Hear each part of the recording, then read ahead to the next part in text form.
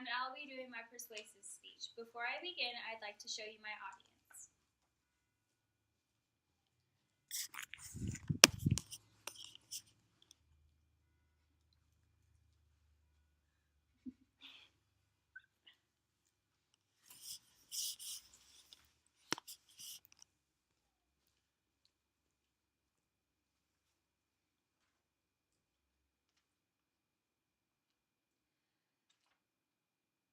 Every person in this world has a choice they can make to save a person's life or not.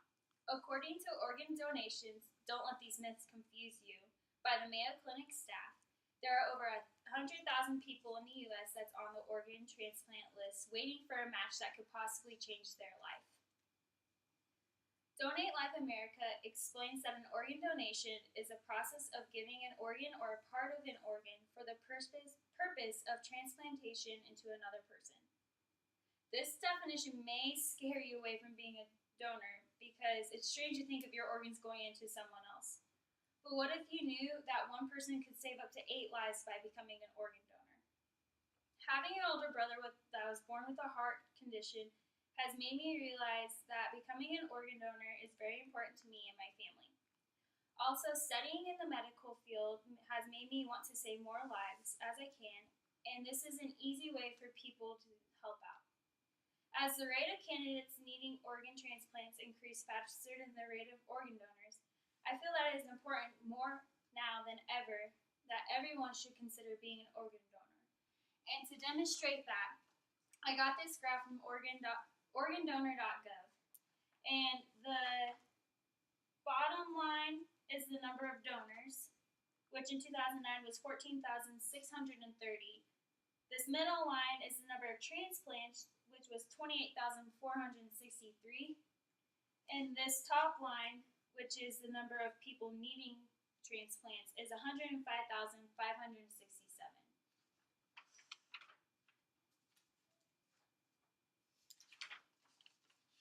Many people, maybe including yourself, have let these myths of organ donation flood into their mind, but there are 3 major reasons that a person should become an organ donor. According to Organ Donations, Don't Let These Myths Confuse You, by the Mayo Clinic staff, many people have the assumption about organ donations. Some people think that becoming an organ donor, if you become an organ donor, then the doctors won't try to save your life. But that isn't true. The doctors try to save their patient's life first, and then someone else's life. Another myth people believe is that they'll still be alive when they are pronounced dead, which isn't true either. An organ donor actually gets extra tests at no cost to the family to make sure that they are dead before they get more tests than any other people would. Another false assumption about donating organs is that rich and famous people get put to the top of the list. According to the Transplant Living website, there is a process which the organs are matched, and it doesn't take account if you're rich or famous. Under the contract with the U.S. Department of Health and Human Services, Health Service and Resource Administration, the United Network for Organ Sharing has a centralized computer system that can be accessed at all times. This computer system is linked to all of the transplant hospitals in the country, and it is not based on how rich or famous you are. Next, the system generates a ranked list based on the amount of time people have on the waiting list, with the characteristics they got from the candidate and the donor. After a candidate is found who is healthy enough to undergo surgery, the transplant takes place immediately.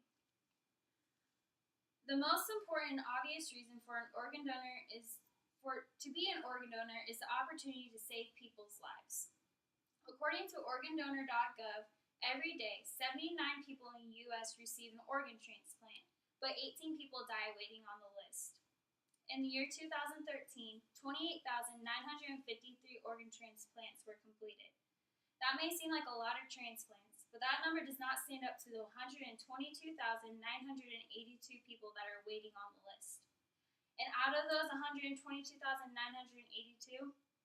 75,958 of them are multicultural patients, which means that this growing population of different ethnic groups, such as African Americans, Asians, Native Americans, and Hispanics really need to become donors because these groups have a higher chance of developing a chronic disease. And if you have these groups donate, they are a better chance of matching them than just normal Americans are. Not only does donating organs save candidates' lives, but in a way it saves a donor's life as well. According to the Mayo Clinic staff, many families have said that knowing that their lost loved ones has helped other people has made it easier for them to deal with the loss. Imagine if you were a parent and had a child that died just a little over a year old.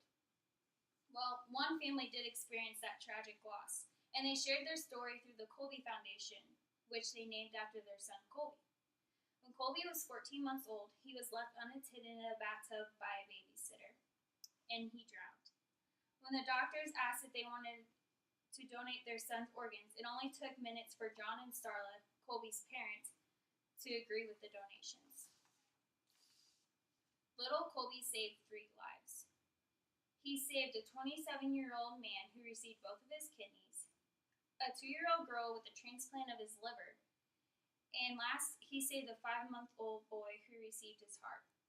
Colby's parents reached out to the families that received Colby's organs, and the family that responded was the family of the 5-month-old boy, whose name was Braden. They decided to meet together when Braden was 3 years old.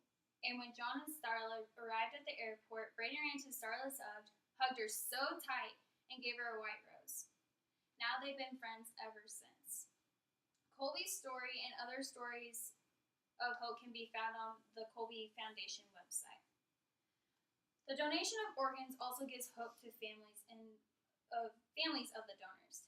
John and Starla gained hope and a new meaning of Colby's life. And this is just one story of many that show how a person can stretch into other many people's lives and make a difference. And this right here is a picture of Colby.